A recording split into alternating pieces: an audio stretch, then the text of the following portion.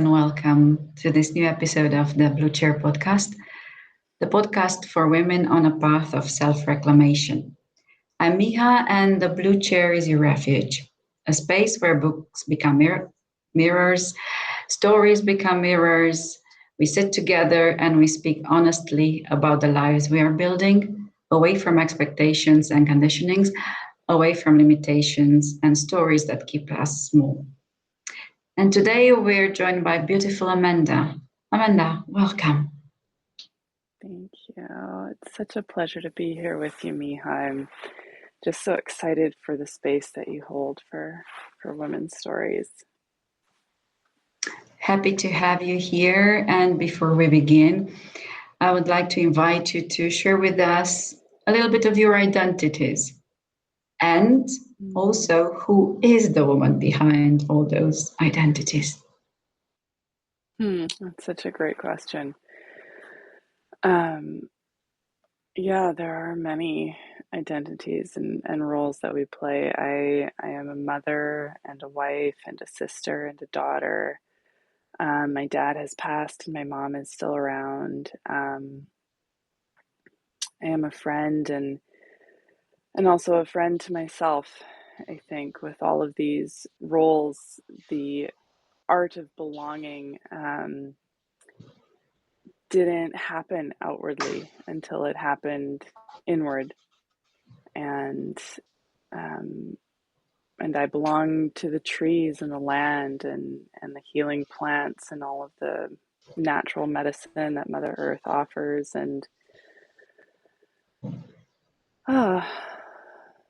I also belong to my employer contractually. I'm the working solo employed for our family, and so yeah, it's a very interesting dynamic in our household. Different. My husband is a stay-at-home dad, and so he's able to do the homeschooling for our son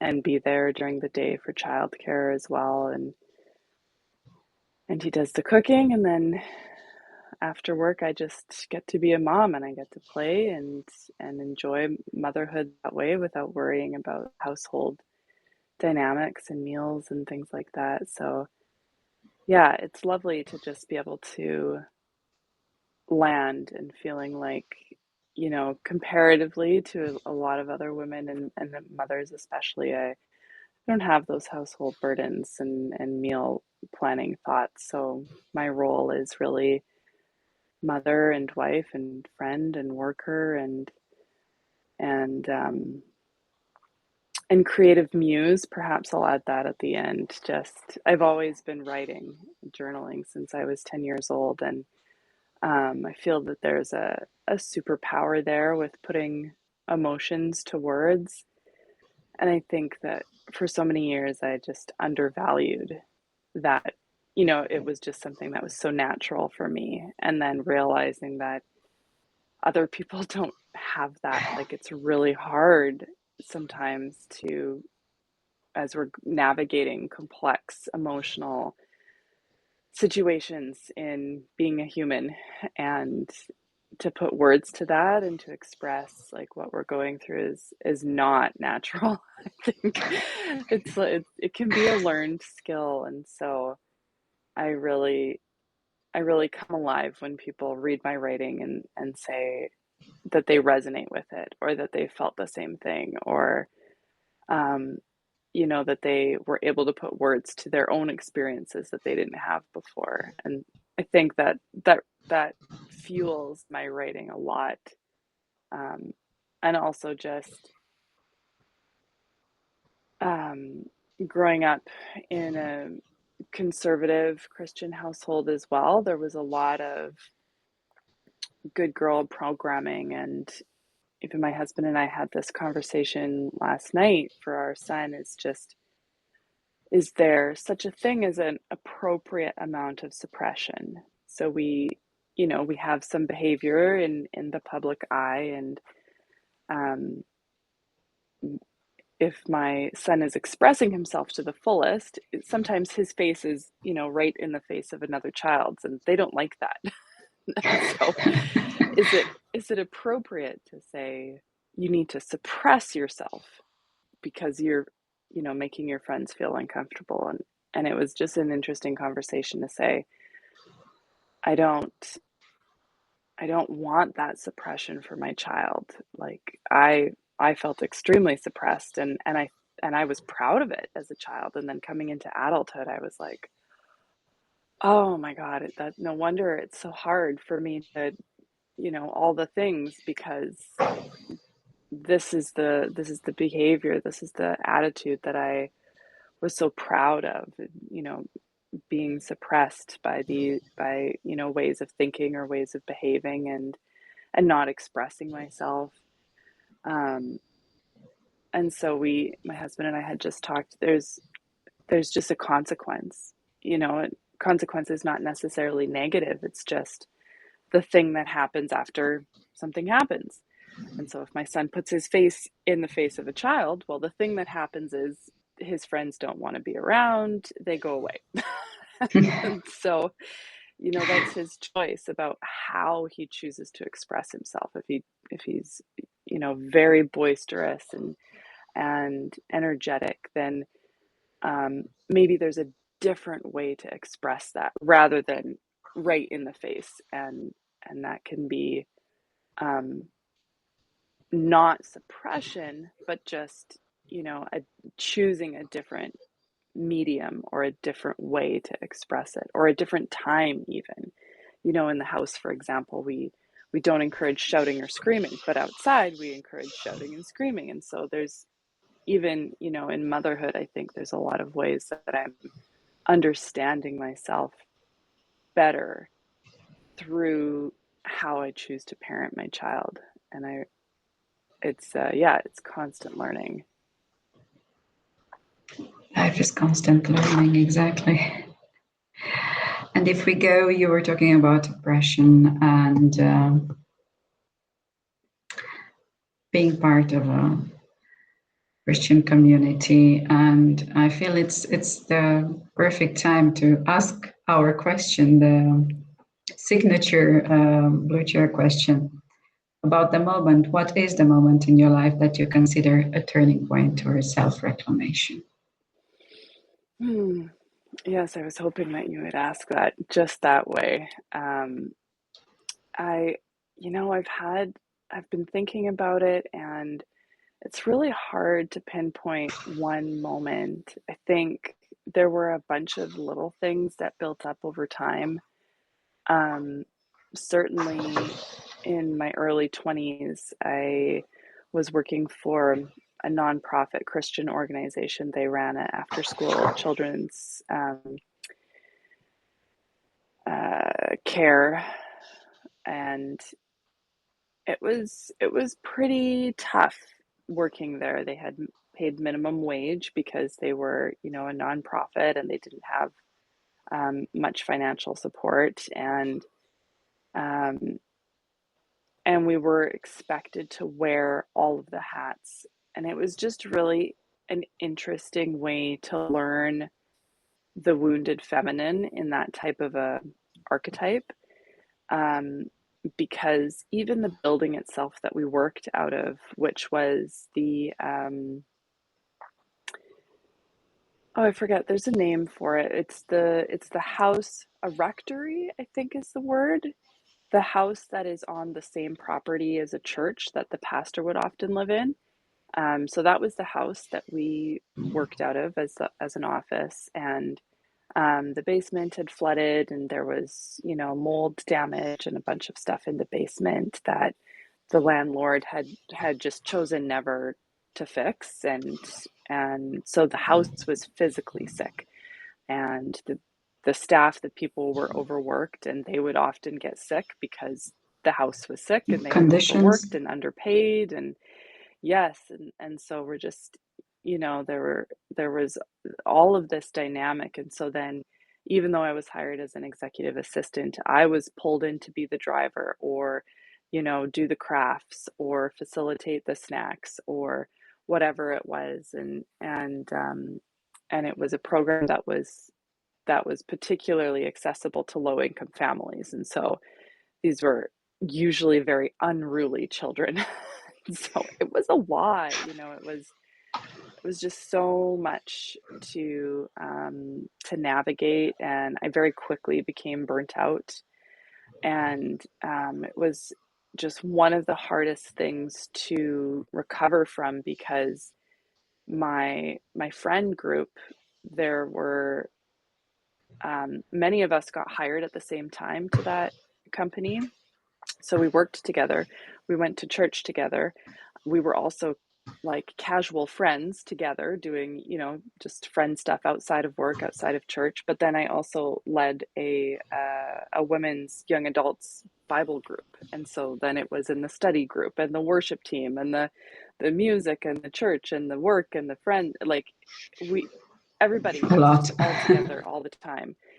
And in order to pull back from that and and recover from that burnout, um, I had to pull back from everything. If I did one thing, I would see the same person who I worked with, and so it was just a really, I think it was a really pivotal moment to start to learn myself, to start to see what I really needed. And of course, it's such a long journey. After I mean, that one particular job I was laid off from, and I think that it was such a blessing that I was forced out because I don't know if I would have left on my own. I was there for 9 months, and it was such a an all-encompassing burnout, and probably very similar to depression, although I still, had the ability to wake up and get out of bed every day and Like feed a myself. I functional depression. yeah, yeah, that's a good term. Yeah, definitely. And even in early motherhood, there was a lot of that kind of overwhelm and like feeling like I just didn't have the capacity for anything. Um, it was definitely cemented because I had my son in 2020 when COVID first hit. And so just the overwhelm of like not even knowing, do I go out in public? Do I not go out? I've got this brand new tiny baby. Should I even have my friend over? And so a lot of that was, re-triggering these past wounds of like just feeling exhausted and depleted and not knowing how to like nourish myself beyond physical rest, beyond physical nourishment. It was, a state of having to build up my mental capacity and my spiritual capacity and my relational capacity and all of those types of things.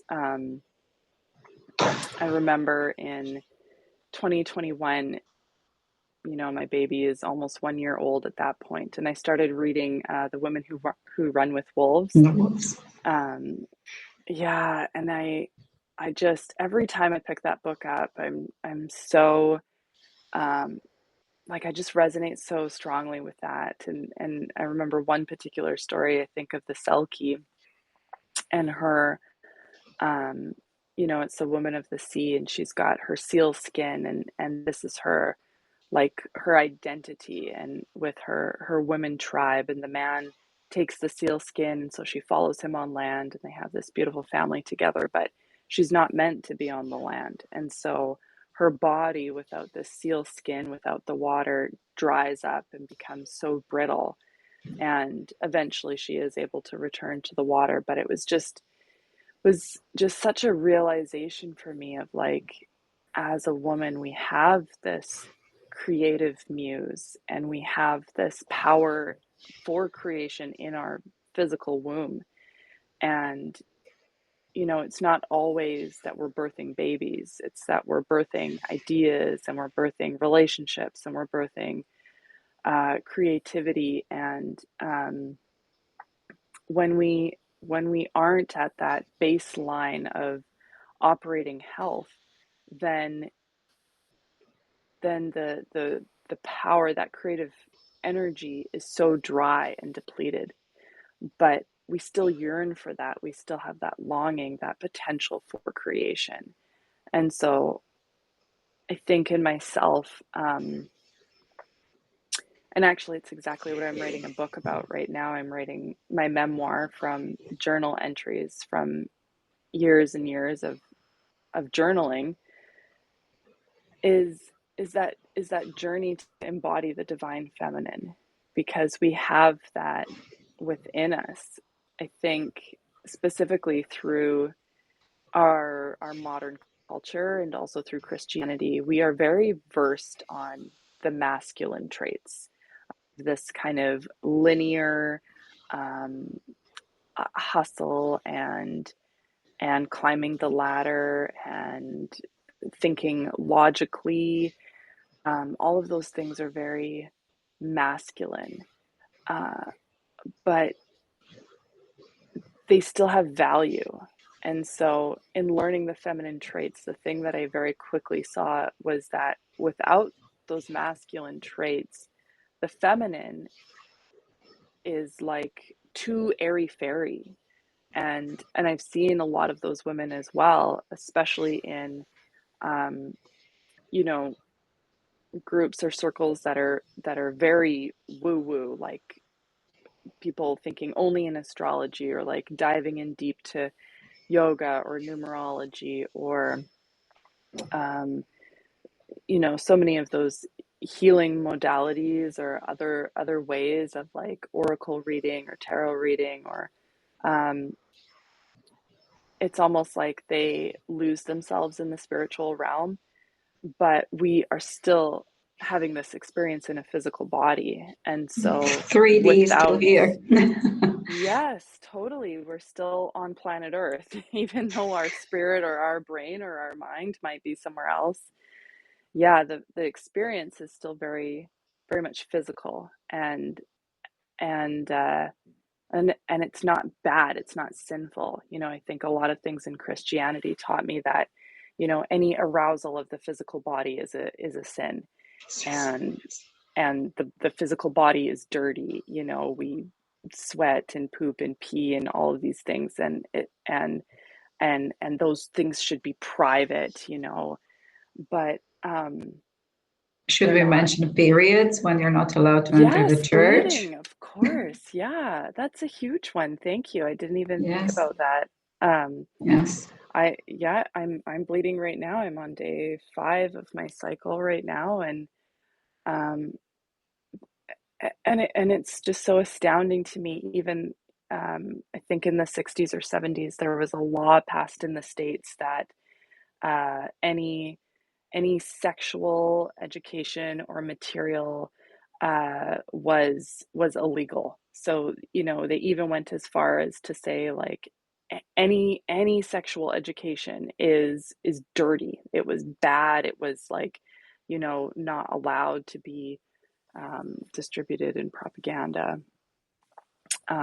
And so, I think there's a lot of work. Self-reclamation is such a great term, and there's a lot that we can do on our own for exactly that, the self-reclamation, and reclaiming our bodies, and reclaiming um, the natural cycles.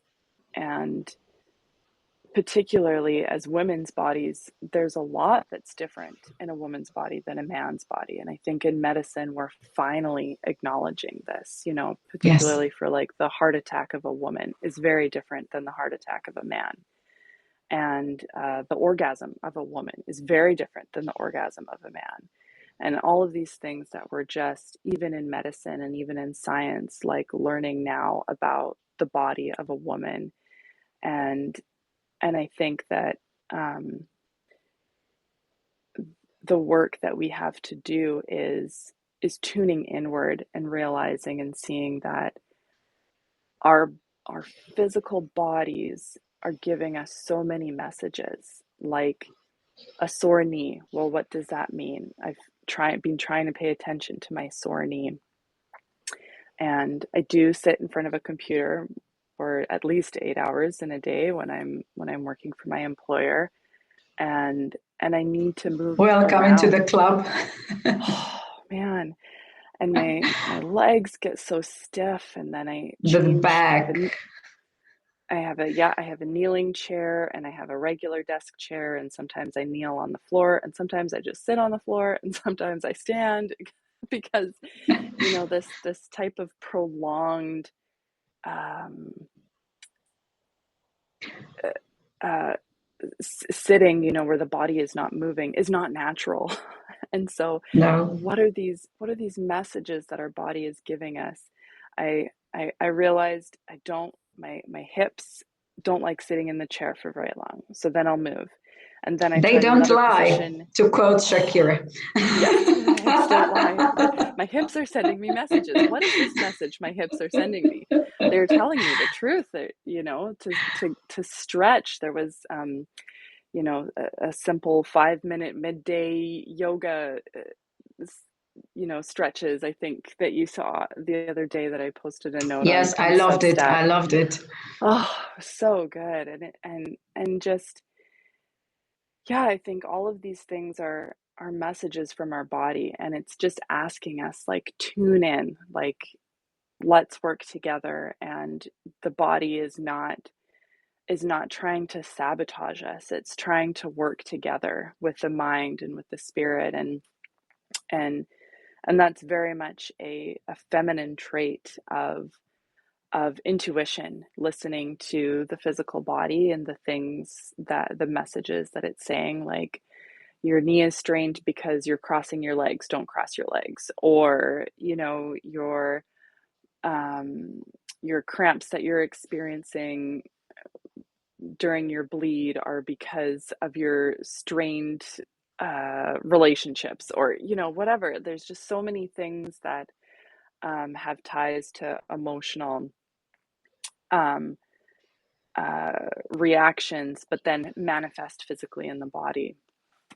And so this is also my journey of self reclamation, in terms of listening to my cycle. And um, in 2018, I had been introduced to thinking of the cycles of a woman mirrored with the cycles of the moon, and then also Yes. introduced to thinking of feminine archetypes as mirrored with those same cycles. And so it goes through the maiden and the mother with ovulation, and then the enchantress, which I think is probably the least talked about. A lot of women are also using this term wild woman.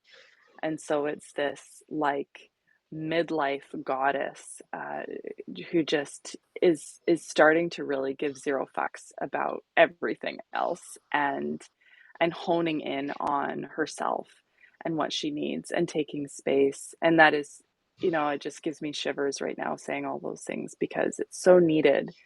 And and uh and it's okay to be powerful. It's okay to operate out of your own self empowerment. It is safe, and it is okay, and it is, I think a lot of women are often waiting for permission. Like, can I Yes. can I be enough? Can I take up that space? There is permission there for us to do that. And I think a lot of us, as we're in our midlife phases, and realizing that, like, we don't need to compare with other women. We can collaborate.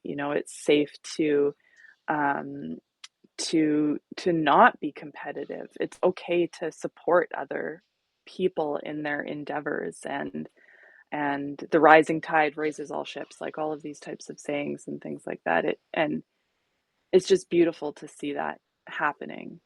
And then after the enchantress would be the wise woman as well in our cycle, which is the woman who has ended her bleed. And that type of an archetype is very grounded in the wisdom that she's gained. But each month we experience this with our bleed, if we are women who are still bleeding. And so, realizing and acknowledging the energy shift as I'm going through those cycles of my body, and embracing emotions like anger and rage, I think, is another one that we suppress a lot.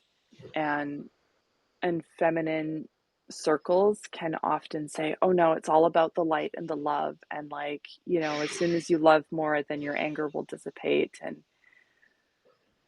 it just makes me so sad whenever I hear that women have experienced that or been told that, because it is an emotion and all emotion is valuable. You know, even emotion such as jealousy, it's there for a reason. It is teaching us things. It has a message for us. And so does anger and so does rage. And those things have a place and they have a purpose. But we need to find, you know, do the work to find how to channel those and what to do with that emotion. You were mentioning the masculine and then the feminine. I feel like there's this we are living in a yin and yang world at the end of the day. I mean, we have, yes, we are living in a very patriarchal and very masculine, and especially the work environment tends to go there.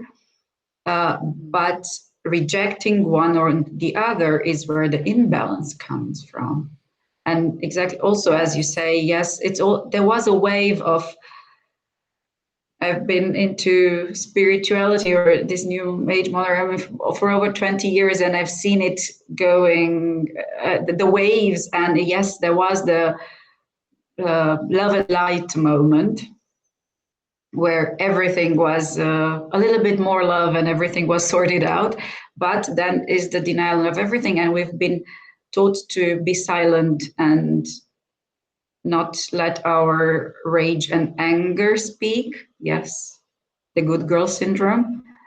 But then if you keep, you know, it's like a pressure cooker, you keep pushing it down, at one point it will explode and it's not nice. How would you guide us into, or your own experience and your own journey into this, letting the steam out without splashing everyone around? How should we redirect that anger? Because we all have it. It's passed down from woman to woman. We've received it, and we've also built our own. So it's a mixture of everything. How should we embrace that, and how should we accept it, and how should we let it out? Well, I'll share something that I've been trying recently, which is one of those taboo topics that isn't talked about much. I would say through sex or orgasm, you know, if you don't have a partner or if they're not there. I'll just share a story recently. Um I My husband and I have been connecting a lot this year. Uh and and orgasm has been something that was not accessible for me before. And now it's something that we've connected on and we've talked a lot about and working towards, and it's something that I'm being able to identify in my body. What is that experience, and how do I, what do I need to build up to that? And um, it's fantastic and it's powerful. And I think for so long that's where the suppression was, because women can experience orgasm through so many different ways. And we really are quite powerful. And I think that um, just reading some more medical research around that, what really happens is this bliss state in the brain with an orgasm, particularly for women. Our body can feel it, and there can be so many different reactions. But at the end of the day, if you put us all in a brain scanner afterwards, our brain would be reading the same elevated hormones and neural pathways and all of that kind of stuff. And I had a moment with work. I was watching a presentation. Somebody else was putting it on. It was a training, a company-wide training that I had asked for 2 years. I had asked to do it. I thought it was very valuable. I thought the whole company could benefit from it. I was kind of pushed off. Finally, this guy is supposed to be giving up this thing. It's insurance, and he was supposed to, move on to a different role, and insurance is now under somebody else and me. And then I find out that he's still doing this training, and he's doing it to the whole company. And then he's saying all of these things about, oh, I'm the number one guy for insurance, and talk to me, and blah blah blah, and I'm the expert of the company. And I got so mad during that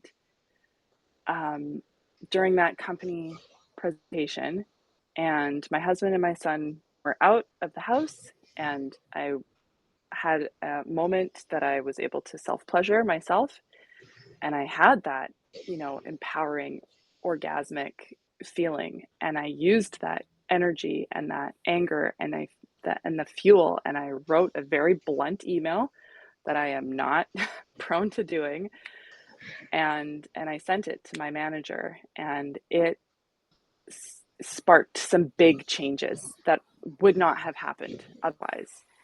And so I think, for me, that's one way that I've used that anger and being able to channel it and almost use that anger creatively in a way that, was very frank and blunt and stated exactly what I was experiencing due to that person's action. And it had some real impacting change as well. So I think that was just like such a great example to be able to share, because it actually worked out well. I know it doesn't always work out well. Sometimes you share your anger and and it's not received well. Doesn't land properly. Yes, totally. So anyways, I just yeah, I feel like that's a very strange suggestion to, self-pleasure and, filter your anger through an orgasm and then be able to know what to do with it afterwards. But it is very true. Like, the chemicals in your brain change, and you're able to, think a little bit more clearly too. And yeah, really give zero fucks. Like, you're just, that creative force of an orgasm is just so impactful that it takes off those other suppression programs that we've been sitting in for so long. Yeah, it's a touchy subject, especially if we go back to Christianity, all those Yes. raptures Mm-hmm. that saints had, especially the women. Apparently, it was an orgasmic type when they were seeing the higher beings or experiencing these things. But of course, we're not told that, because it shouldn't be. We shouldn't, as mortal women, we shouldn't have access to that. We should do the work diligently, and that's it. I'm happy. So thank you for sharing that. I really appreciate it, because I'm happy we're opening such spaces. I've seen it on Substack, and I've seen it. You were mentioning also in one of your notes, if I'm not mistaken, about going to the beach and or sleeping naked in the bed. Or yes, here in Germany where I live, they're pretty permissive with their bodies, and they have these nudist beaches, and they go to sauna naked. Everyone's naked. I come from a culture where we had to cover all the time, and it's for me, it's a learning process to accept, and a little bit of body this dysphoria, and it's still, yeah, as I've said, I'm still in the learning process, but I'm so happy that we're having this conversation, and that more and more conversation like this should happen to make sure women are empowered, and we learn to accept our bodies and the creative capacities that we hold beyond. Yes, we have the womb, the babies, but it's I think it's beyond that, and it's more than that, and it's yes, self-reclamation that should be on top of the list. Mm-hmm. Amanda, thank you so much. Thank you for having me. before we finish, Mhm. we are in the blue chair. And if I return to the blue chair itself, there will be a next woman in our chair, in our podcast. And I would like to ask you, what would you like to leave waiting for her? What would be your gift for the next woman in the blue chair?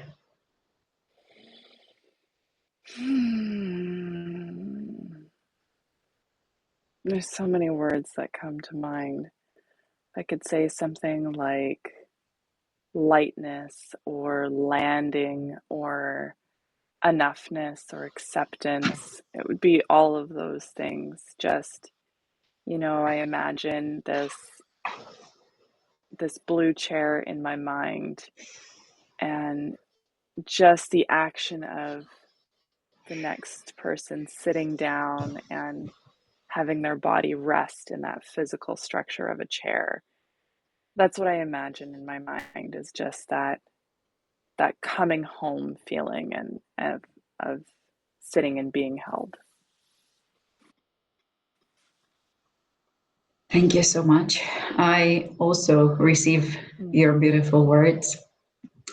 Thank you, everyone, for listening, for joining us live during this live. And until the next time,